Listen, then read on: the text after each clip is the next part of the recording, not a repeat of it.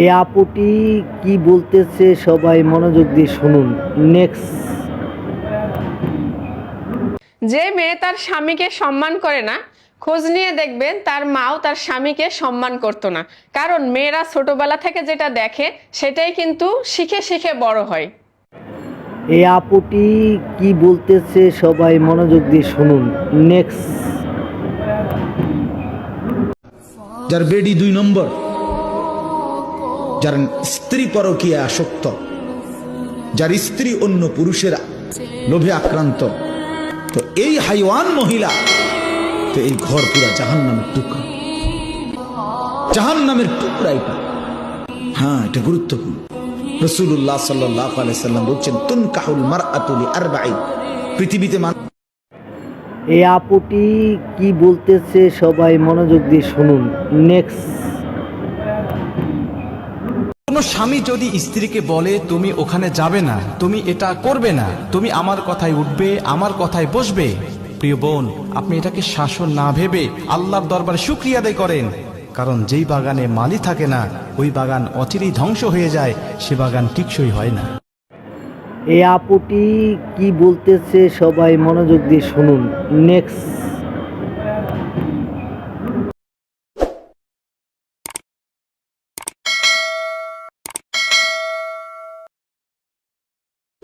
স্বামী স্ত্রীর সম্পর্ক নষ্ট হয় মেয়েদের 3টি ভুল করার কারণে। এই ভুল থেকে আমাদেরকে দূরে সরে আসতে হবে। এমনকি তাদের ডিভোর্স হয়ে যায়, তালাক পর্যন্ত চলে যায় এই 3টি ভুলের কারণে। এই ভুল থেকে নারীদেরকে দূরে সরে আসতে হবে। নাম্বার 1, নাম্বার হচ্ছে নারীদের অতিরিক্ত জেদ। অতিরিক্ত জেদ যে সমস্ত নারীদের রয়েছে, তারা কিন্তু স্বামীর সাথে ভালো ব্যবহার করে না, স্বামীর সাথে অতিরিক্ত জেদ দেখায়, অতিরিক্ত রাগ করে। খবরদার, আপনার স্বামীর সাথে অতিরিক্ত রাগ দেখাবেন না। নবীজি সাল্লাল্লাহু আলাইহি সাল্লাম এটাকে নিষেধ করে দিয়েছেন।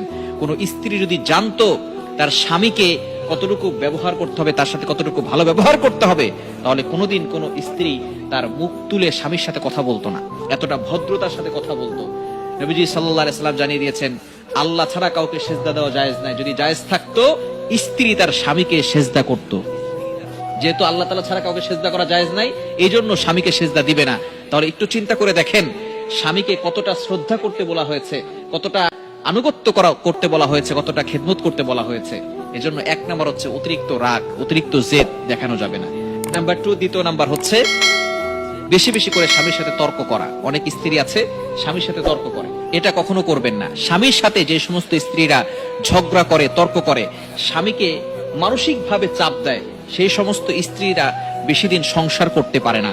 নবীজি সাল্লাল্লাহু আলাইহি ওয়াসাল্লাম এই বিষয়ে সতর্ক করে দিয়েছেন, আপনার স্বামীকে মানসিক চাপ দিবেন না। আপনার স্বামী আপনার কাছে হচ্ছে মূল পরিচয়। আপনার স্বামী যদি না থাকে, তাহলে আপনি বুঝবেন দুনিয়াটা কতটা কষ্টের হয়।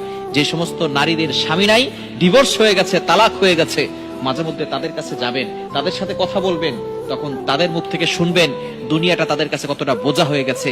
সে তার বাবা মার কাছে পর্যন্ত বোঝা হয়ে যায়। যদি আপনার স্বামী না থাকে, আপনার বাবা মার কাছে আপনি বোঝা হয়ে যাবেন। আপনার ভাই বোন তো দূরের কথা, বাবা মা যারা আপনাকে লালন পালন করেছে, যেই মা আপনাকে পেটে ধরেছে, সেই মা পর্যন্ত আপনাকে দূর দূর করে তাড়িয়ে দিবে। আমাদের কাছে ফোন দিয়ে এক মেয়ে কিছুদিন আগে বলতেছে যে, হুজুর, আমার মা, যেই মা আমার সংসার নষ্ট করে দিচ্ছে, সেই মা এখন আমাকে ঘর থেকে বের করে দিচ্ছে। সুতরাং কেউ আপনাকে পরিচয় দিতে চাইবে না। সুতরাং আপনার স্বামী হচ্ছে আপনার মূল পরিচয়। এই জন্য স্বামীর সাথে তর্কে জড়াবেন না। এবং 3 নাম্বার হচ্ছে খুবই গুরুত্বপূর্ণ, সেটা হচ্ছে বাবার বাড়ির কুপরামর্শে মেয়ে যদি চলে, তাহলে ওই সংসার বেশি দিন টিকে না। মা অনেক সময় উল্টাপাল্টা বুদ্ধি দেয়। খবরদার, আপনার স্বামী আগে, এরপরে মা যদি উল্টাপাল্টা বুদ্ধি দেয়, তাহলে মার কোনো কুপরামর্শ আপনি নিবেন না, তাহলে কিন্তু সংসার বেশি দিন টিকবে না। এই বিষয়ে আমাদেরকে সবসময় সতর্ক থাকতে হবে। প্রত্যেকটা নারীকে এই বিষয়গুলো জানতে হবে, যাতে করে তার স্বামীর সাথে ভালো ব্যবহার করে, উত্তম ব্যবহার করে। স্বামী খারাপ হতে পারে, কিন্তু আপনার স্বামী তো ফেরাউনের মতো খারাপ না। আপনার স্বামী ফেরাউনের মতো খারাপ না। ফেরাউনের সাথে হযরতে আসিয়া তিনি থেকে দুনিয়া থেকে জান্নাত পেয়ে তারপরে গিয়েছেন। সুতরাং আপনার স্বামীর জন্য আপনি দোয়া করেন। আপনি নামাজ পড়েন না, আপনি রাতের বেলা উঠে তাহাজ্জুদে নামাজ পড়েন না, আপনি 5 ওয়াক্ত নামাজ পড়েন, তাহাজ্জুদে নামাজ পড়েন, আপনার স্বামীর জন্য দোয়া করেন। দোয়া কিন্তু অনেক বড় অস্ত্র। আপনার স্বামী খারাপ হলেও আপনার দোয়ার বদৌলতে আল্লাহ তাআলা আপনার স্বামীকে ভালো করে দিতে পারেন। সুতরাং এই 3টি মেয়েদের ভুলের কারণে কিন্তু ডিভোর্স হয়। এগুলো থেকে আমাদেরকে দূরে সরে আসতে হবে। এই আপুটি কি বলতেছে সবাই মনোযোগ দিয়ে শুনুন। নেক্সট। যেই মেয়ে তার স্বামীকে সম্মান করে না, খোঁজ নিয়ে দেখবেন ওই মেয়ের মাও তার স্বামীকে সম্মান করতো না। কারণ মেয়েরা ছোটবেলা থেকে যেটাই দেখে সেটাই কিন্তু শিখে বড় হয়। এই আপুটি কি বলতেছে সবাই মনোযোগ দিয়ে শুনুন। নেক্সট। এরকম বয়স দিতে যোগ্যতা লাগে, বয়সটা সবাই শুনুন। একজন বিবাহিত নারী যতই জায়নামাজে কান্নাকাটি করুক এবং প্রতিদিন কোরআন পাঠ করুক, ততক্ষণ পর্যন্ত সে তার ইমানের মাধুর্য খুঁজে পাবে না যতক্ষণ পর্যন্ত সে তার স্বামীর হক আদায় করবে না। স্বামীর হক আদায়ের মৌলিক বিষয়গুলো: নাম্বার 1, একজন স্ত্রীর উচিত তার স্বামীর পোশাক হয়ে যাওয়া, তার ভিতরে কমতি বের না করা, তার দোষ খুঁজে বের না করা, তার নিজের পরিবারের মাধ্যমে স্বামীকে পেরেশানি না দেওয়া এবং বিরক্ত না করা। নাম্বার 2, স্বামীর উপরে অসন্তুষ্ট না হওয়া, স্বামী যা দিচ্ছে সেটাতে আলহামদুলিল্লাহ বলা, শুকরিয়া আদায় করা। নাম্বার 3, স্বামীর সামনে খারাপ ভাষা ব্যবহার না করা। যদি রেগে থাকে অথবা খারাপ মেজাজে থাকে তাহলে শরীয়তের নির্দেশ আপনি স্বামীর সাথে সম্মান, মর্যাদা এবং ভালোবাসার সাথে তার রাগ মোকাবেলা করবেন। বিয়ের পর যে নারী তার স্বামীর ব্যাপারে যত্নশীল না, স্বামীর হক এবং অধিকারের ব্যাপারে অবহেলা করে, বিশ্বাস করেন আল্লাহ তাআলা সেই নারীকে ইমানের মাধুর্য থেকে বঞ্চিত করে দেয়। এজন্য প্রত্যেকটা নারীর উচিত বিয়ের পর তার স্বামীর হক আদায় করার চেষ্টা করা। এই আপুটি কি বলতেছে সবাই মনোযোগ দিয়ে শুনুন। নেক্সট। হ্যালো মা। হ্যাঁ বাবা, আমি তো শহরে আছি। আপনি আমাদের শহরে আসছেন? হ বাবা, ডাক্তার দেখাতে আসলাম। ও ডাক্তারের কাছে? হ বাবা। মা শোনেন, ডাক্তার দেখানো শেষ হইলে আমাদের বাসায় আসেন। ঠিক আছে বাবা, আমি আসতেছি, একটু পরেই আসতেছি। 7-8 দিন থাকবেন। আচ্ছা দেখি। প্লিজ প্লিজ অনুরোধ করলাম মা। বাবা আমি নিচে চলে আসি। ও আপনি নিচে? মা আমি আসতেছি, দাঁড়ান। আসতেছি, দাঁড়ান। তোমার আসা লাগবে না, আমি উপরে আসতেছি। আচ্ছা আপনি উপরে আসেন, ঠিক আছে। আচ্ছা আচ্ছা। এই তোমার সমস্যা কি? তুমি কি আমারে ভালোভাবে দেখতে পারো না? কেন, আমি কি করলাম? তোমার কেন দাওয়াত করে বাসায় মানুষ নিয়ে আসতে হয় কেন?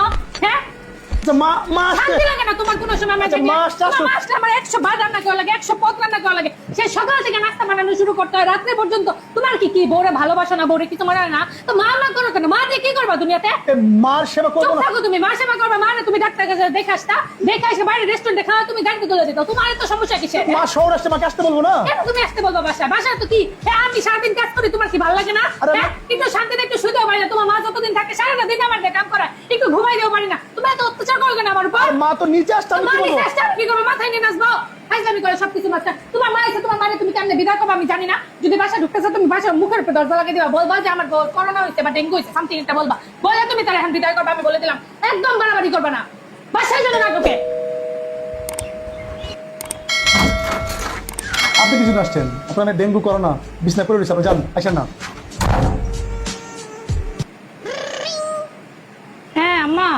কে রে মা, বাঁধনের সাথে তোর কিছু হয়েছে? না তো, কিছু হয় নাই তো। তাহলে জামাই আজকে এরকম করলো কেন? আমি তো কোনোদিন বাঁধনের এরকম করতে দেখি নাই। আমার মুখের উপর দরজা লাগাই দিল, আমি অনেক কষ্ট পাইছি রে মা। আমি বাইরে তুমি আসো না। না রে, থাক, তোরা ভালো থাক। যাইতেছো কাকে? জামাই নিয়ে আসিস বাসা। তুমি দাঁড়াও দাঁড়াও, আমার লেগে আবার কাজ করিস।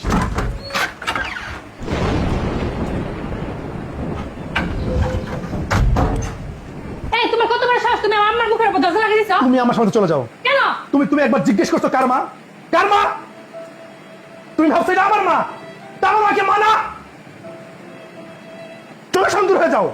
তোমার মতো নিমক হারাম ছোট লোক আমি জীবনও দেখি নাই। আমি তোমার মায়ের জন্য কি না করি, তোমার মাকে নিজের মায়ের চেয়ে বেশি ভাবি। আর তুমি আমার মায়ের কথা শোনা মাত্র তুমি একদম একদম সব উল্টাই ফেলতে, উগলাই ফেলে দেবো সবকিছু। কেন? হ্যাঁ, তোমার মামার মা মানা না? হ্যাঁ, আমার ভাই আসছে। সারাটা জীবন তোমার পরিবারকে আমি নিজের পরিবার ভাবছি, কিন্তু তুমি কোনোদিন আমার পরিবারকে আপন ভাবো নাই, কারণ তোমার কাছে আমার জঞ্জাল। বুঝতে পারছো? এটা মনে রাখবা, তোমার ঘরের সন্তান আছে, একদিন তুমিও ঠিক এরকম বাড়ির নিচ থেকে বিদায় হয়ে যাবা। মনে রেখো একটা কথা, আমি বলে রাখলাম। তুমি এমন করো কেন? আমি কিছু করি না। তুমি একবার বলছো ওরা আমার আম্মা। কেন তোমাকে আমার আম্মা বলতে হবে? মা মানে কি? মা মানে মা, সে তোমার হোক আর আমার হোক, মা মানে মা। আচ্ছা হয়েছে, আমার ভুল হয়েছে, আমি আর করবো না। আমি বুঝতে পারিনি। তোমার ভুলের কত হবে? ভুলের সংখ্যা কত? একটা মানুষ ভুল কত করে, কত তার ভুলের সংখ্যা? হ্যাঁ, তুমি এখন বকতেছো কেন আমার সাথে? বকতেছি কেন? লাগতেছে নিজের মা দেখে লাগতেছে। হ্যাঁ, তুমি একবার বলেন এটা আমার মা। জীবনও শিক্ষা হবে না তোমার, জীবনও শিক্ষা হবে না। আচ্ছা হয়েছে তো, ভালো তুমি জীবনও হবে না। যাও আমার চোখে দূর হয়ে যাও, দূর হয়ে যাও, দূর হয়ে যাও। মাদের ভালোবাসা তুলনা হয় না, সেটা হোক নিজের মা, সেটা হোক শাশুড়ি। ভিডিওটি ভালো লাগলে অবশ্যই পাশে থাকবেন এবং শেয়ার করবেন। ওকে, আল্লাহ হাফেজ, আসসালামু আলাইকুম। এই আপুটি কি বলতেছে সবাই মনোযোগ দিয়ে শুনুন। নেক্সট। স্বামী হচ্ছে স্ত্রীর ছায়ার মতো। আপনি কি জানেন, আপনার যদি স্বামী না থাকে তাহলে আপনাকে আপনার আপন মানুষরা পর্যন্ত মূল্যায়ন করবে না।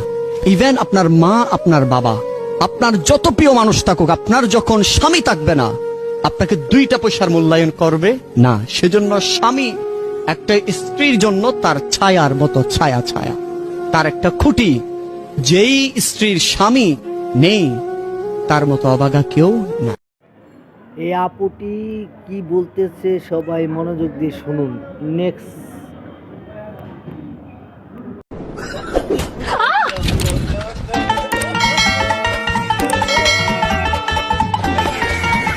সরি জান, আমি ভুলে গেছিলাম তুমি যে আমার পিছনে আসিলা।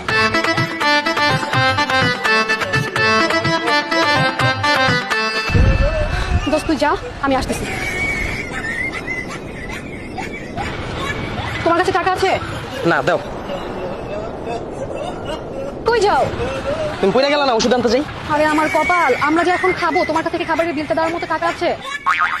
আমি যদি তোমার সামনে টাকাটা দেই, তুমি কি ছোট হয়ে যাবে না? আমি তোমাকে টাকাটা এই জন্যই দিলাম। ও আচ্ছা ঠিক আছে, চলো। আবার কই যাও? বাইকটা পার্ক করি। তুমি যাও, আমি ভিতরে যাচ্ছি। ঠিক আছে যাও।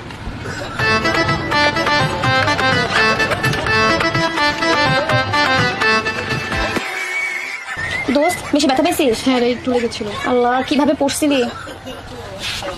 এহেনের বিল দেওয়ার লেগা তুমি যে টাকাগুলো আমার দিছিলে, এর ভিতরে 500 টাকার নোট ছিঁড়া কি লেগা? আমি যদি খাইতে হইতাম বিল দিতাম করতে। আমি তো কইলাম আমার কাছে কোনো টাকা নেই। আপু আপনার কাছে কোনো টাকা আছে 500 টাকার নোট? না ভাইয়া। তো চলো বইয়া থেকে লাভ কি, লো। আচ্ছা দেখি আমার কাছে কিছু ভাঙতি টাকা আছে।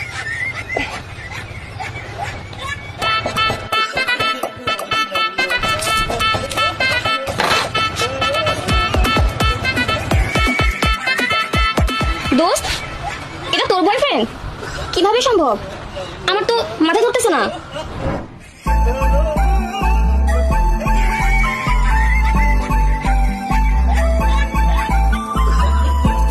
গাড়ি কাগজপত্র ঠিক আছে? আছে স্যার। রোড পারমিট আছে। Driving licence? হ্যাঁ স্যার, সব আছে। দেখাইতে হবে? দেখাও না স্যারকে। এই মিছা কথা কাউকে। আমি কোনো লাইসেন্স হাতে পাইছি? স্যার লাইসেন্স করতে দিছি, আমি পাইনি। এই স্যার, এদিকে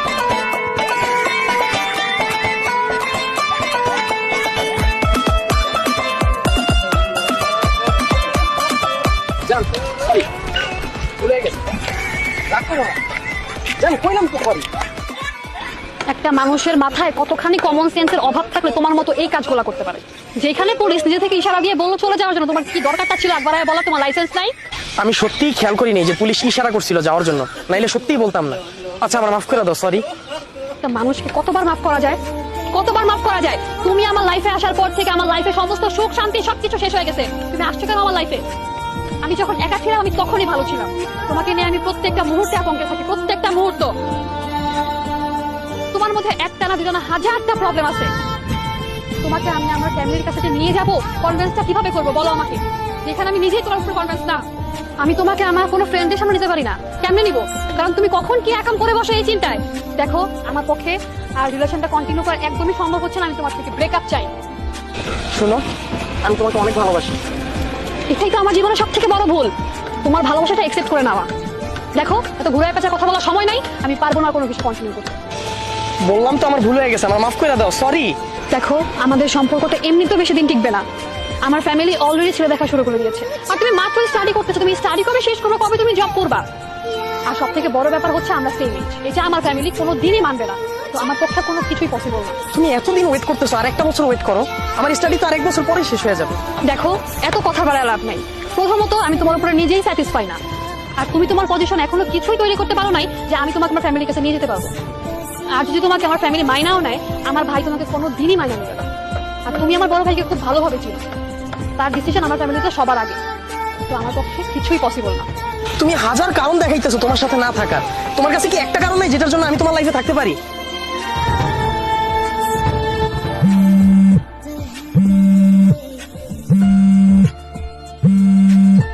হ্যালো, কখন? ঠিক আছে ঠিক আছে, আমি এখনই আসতেছি। হ্যাঁ, আমি এখনই আসতেছি। ঠিক আছে, আচ্ছা। তুমি এখানেই থাকো, আমি কিছুক্ষণের মধ্যেই আসতেছি।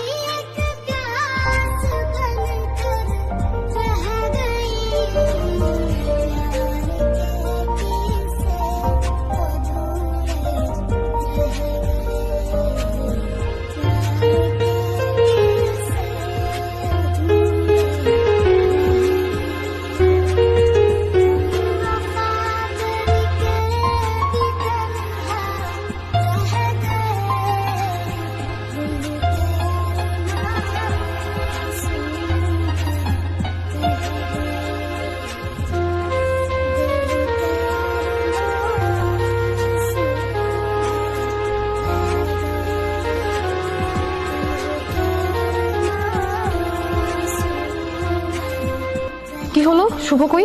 সারাদিন ওর একটা কলও নাই, বুঝলাম না কিছু।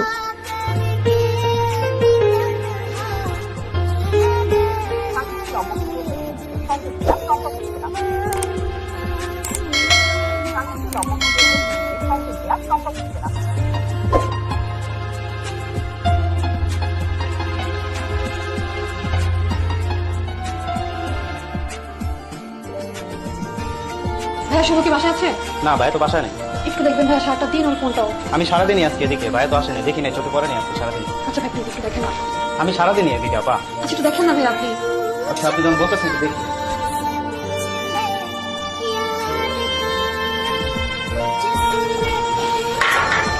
আপা আপনারা কইলাম না সারাদিন ভাই আহে নাই, এত করে গেটটা তালা মারা, আহে নাই ভাই। ঠিক আছে ভাই, থ্যাংক ইউ।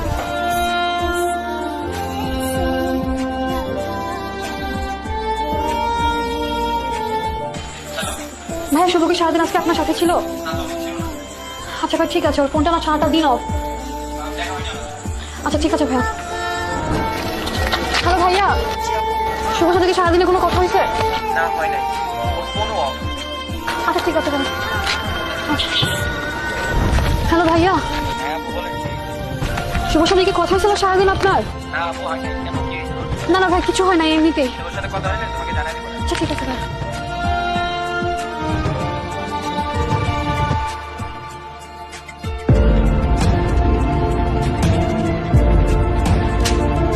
কয়টা বাজে? 12টা। আই গাধার বাচ্চা, রাত বাজে 12টা, তুই বাসায় না গিয়ে ফোন অফ করে এখানে বসে আছিস কেন? আর তোকে আমার এক একটা মেয়ে এখানে কেন খুঁজতে আসতে হয়েছে? তার উত্তরটা তুই আমাকে এখন দিবি। তুমি না বইলা গেছিলা তুমি এখানেই থাকো, আমি আসতেছি, এই জন্যই তো আমি ওয়েট করতেছিলাম। তুমি এখানেই থাকো, আমি কিছুক্ষণের মধ্যেই আসতেছি।